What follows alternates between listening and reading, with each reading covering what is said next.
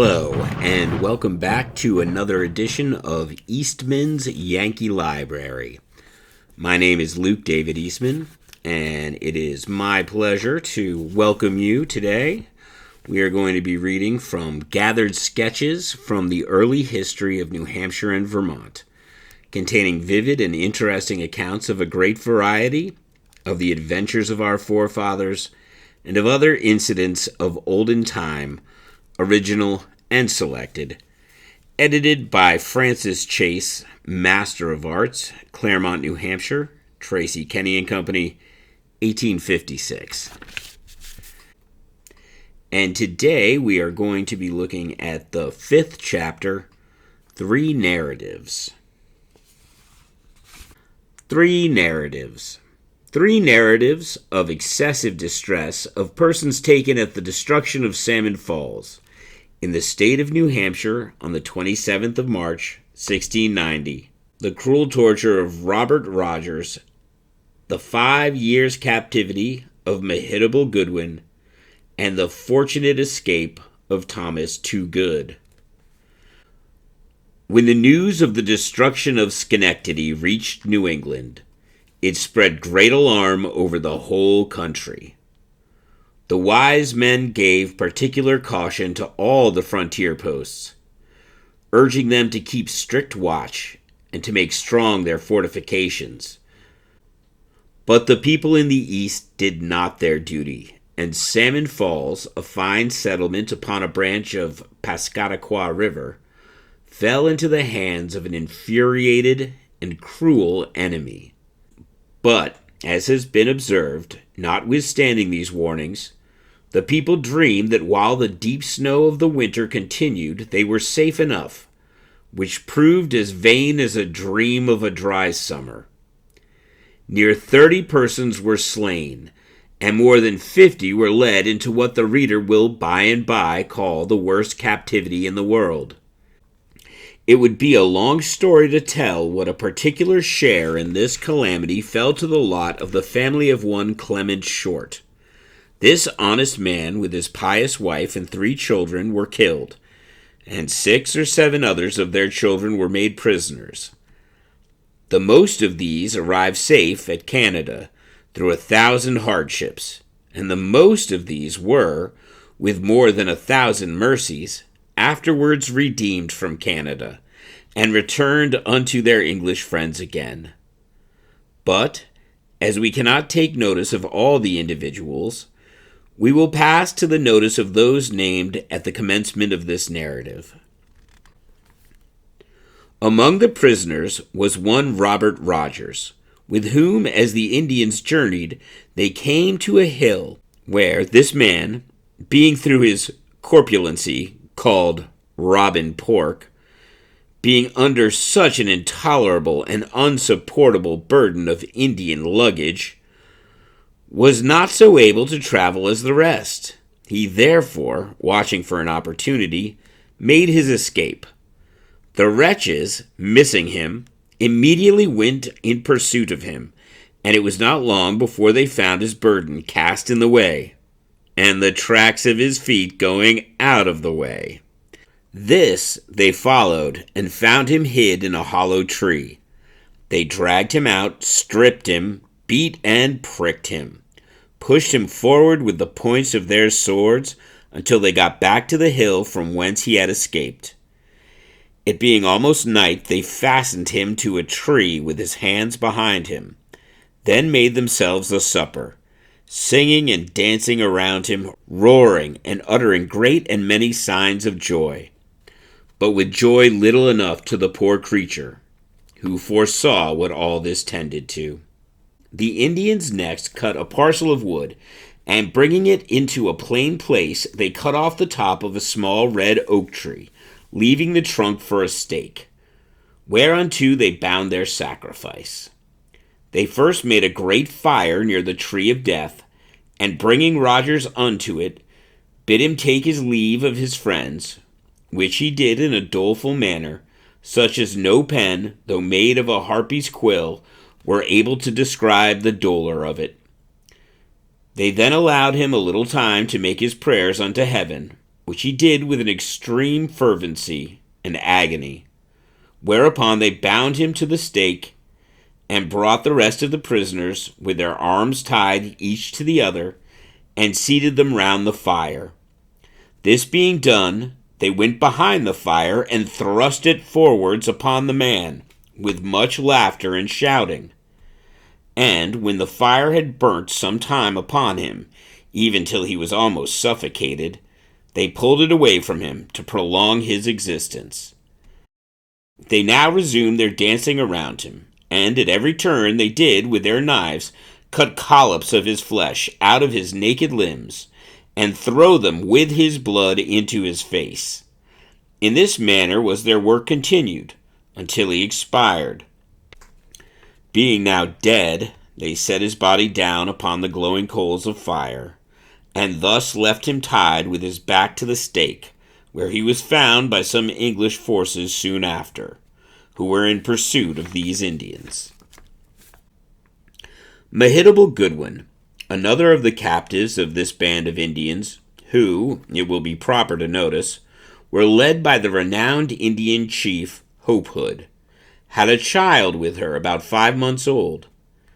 This, through hunger and hardship, she being unable to nourish from her breast, occasioned it to make grievous and distressing ejaculations.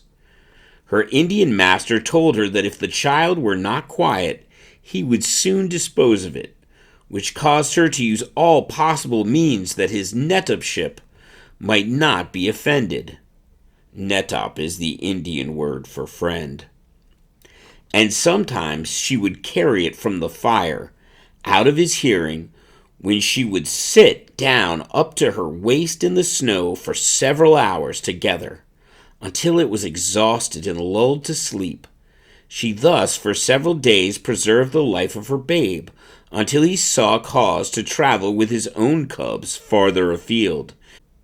And then, lest he should be retarded in his travel, he violently snatched the babe out of its mother's arms, and before her face knocked out its brains. And having stripped it of its few rags it had hitherto enjoyed, ordered the mother to go wash them of the blood wherewith they were stained. Returning from this sad and melancholy task, she found the infant hanging by the neck in a forked bough of a tree. She requested liberty to lay it in the earth, but the savage said, "It is better as it is, for now the wild beasts cannot come at it, and you may have the comfort of seeing it again if ever you come that way." The journey now before them was like to be very long, as far as Canada, where Mrs. Goodwin's master's purpose was to make merchandise of her, and glad was she to hear such happy tidings. But the desperate length of the way, and want of food and grief of mind wherewith she was now encountered, caused her within a few days to faint under her difficulties. When, at length, she sat down for some repose, with many prayers and tears unto God for the salvation of her soul, she found herself unable to rise, until she saw her furious executioner coming towards her, with fire in his eyes, the devil in his heart, and his hatchet in his hand, ready to bestow a mercy stroke of death upon her. Then it was that this poor captive woman, in this extreme misery, got upon her knees, and with weeping and wailing and all expressions of agony and entreaty, prevailed on him to spare her life a little longer, and she did not question but God would enable her to walk a little faster. The merciless tyrant was prevailed with to spare her this time. Nevertheless, her former weakness quickly returned upon her. He was just going to murder her, when a couple of Indians, just at this moment coming in, called suddenly upon him to hold his hand. At this, such a horror surprised his guilty soul that he ran away from her. But hearing them call his name, he returned, and then permitted these friends to ransom his prisoner. After these events, as the party were seated by the side of a river, they heard several guns go off on the opposite side, which the Indians concluded was occasioned by a party of Albany Indians, who were their enemies. Whereupon this bold blade, her old master, would needs go in a canoe to discover what they were.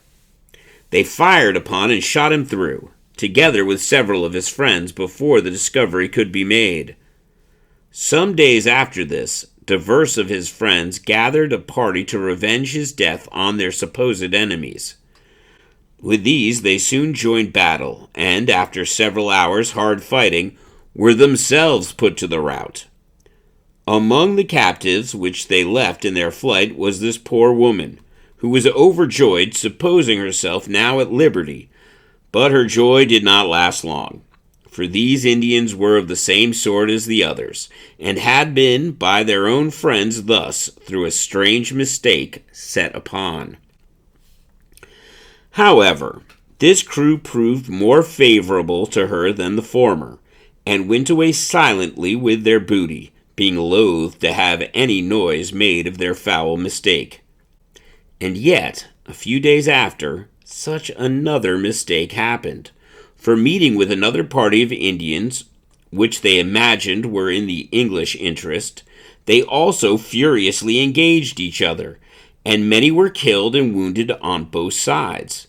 But the conquerors proved to be a party of French Indians this time, who took this poor Mrs. Goodwin and presented her to the French captain of the party, by whom she was carried to Canada, where she continued 5 years, after which she was brought safely back to New England.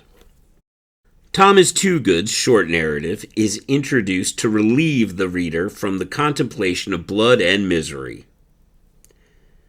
At the same time the other captives were taken, 3 Indians hotly pursued this man, and one of them, overtaking him, while the rest, perceiving it, stayed behind the hill, having seen him quietly yield himself a prisoner.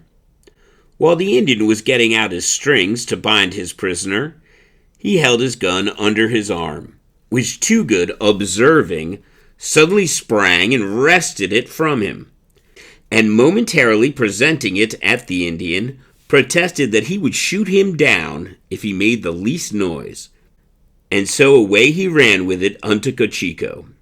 If my reader be now inclined to smile when he thinks how simply poor Isgrim looked, returning to his mates behind the hill, without either gun or prey or anything but strings to remind him of his own deserts, I am sure his brethren felt not less so, for they derided him with ridicule at his misadventure. The Indians are singularly excessive in the practice of sporting at the misfortune of one another. In any case, they are outwitted, or have been guilty of committing any blunder. The only retaliation the baffled savage was able to make upon Toogood was to cry out, "No good! No good!" as his intended victim disappeared.